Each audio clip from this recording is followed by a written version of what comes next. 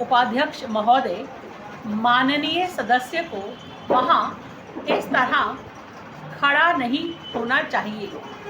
आप अध्यक्ष पीठ की ओर पीठ करके खड़े हैं, जिसकी अनुमति नहीं है।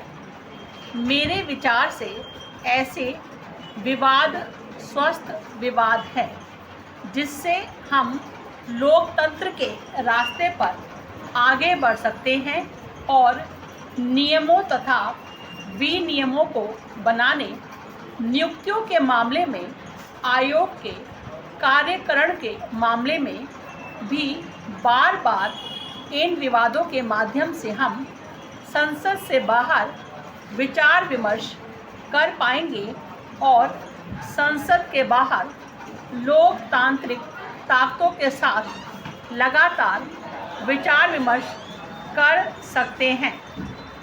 इस आयोग की वास्तविक परीक्षा की घड़ी उस समय आरंभ होगी जब यह काम करना आरंभ कर देगा।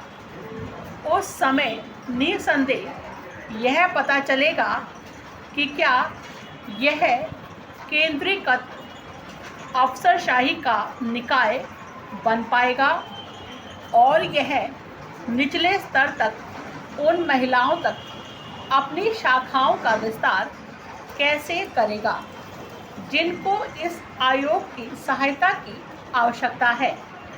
मैं महिलाओं के सबसे गरीब वर्ग के बारे में सोच रही हूँ। ये महिलाएं अनुसूचित जातियाँ तथा जनजातियों की भी हो सकती हैं। अन्य महिलाएं भी हो सकती हैं जो पर्दे में रहती हैं और जिनकी कोई आवाज़ नहीं है, जो आयोग तक नहीं पहुंच सकती।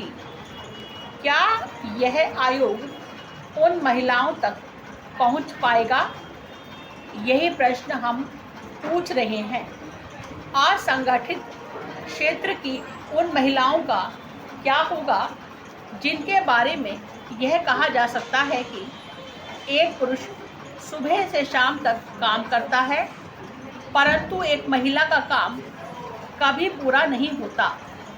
ये महिलाएं इतनी मेहनत करती हैं कि उनके पास अपनी शिकायतों को उठाने का लिए समय नहीं होता।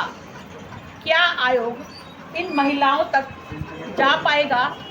यही प्रश्न है और ऐसा तभी किया जा सकता है बशर्ते यह राष्ट्रीय आयोग की शाखाएं राज्य स्तर तथा जिला स्तर पर हो। निसंदेह हम जानते हैं कि इस विधेयक में ही इसे शामिल नहीं किया जा सकता था, क्योंकि राज्य आयोग का गठन राज्य द्वारा किया जाना है।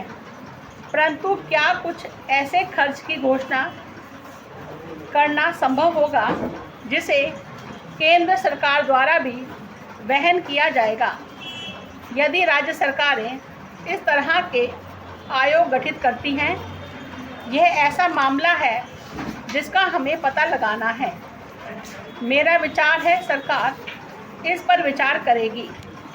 विधेयक में एक ऐसा खंड है जिसमें यह कहा गया है कि रिपोर्ट का संबंध राज्य सरकार से हो।